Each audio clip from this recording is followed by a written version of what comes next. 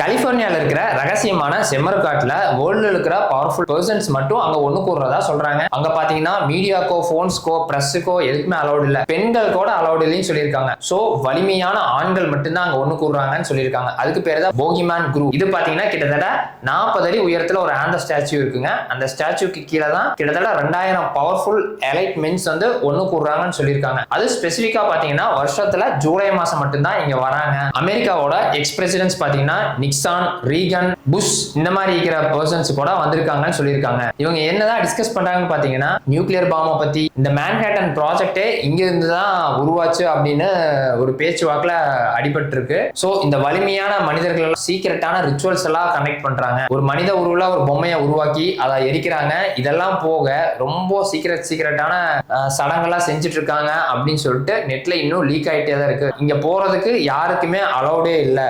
அதிகாரம் எப்பவுமே ரகசியம் மற்றும் தனிமையை தான் விரும்புது. இதை பத்தி கமெண்ட்ஸ்ல மென்ஷன் பண்ணுங்க.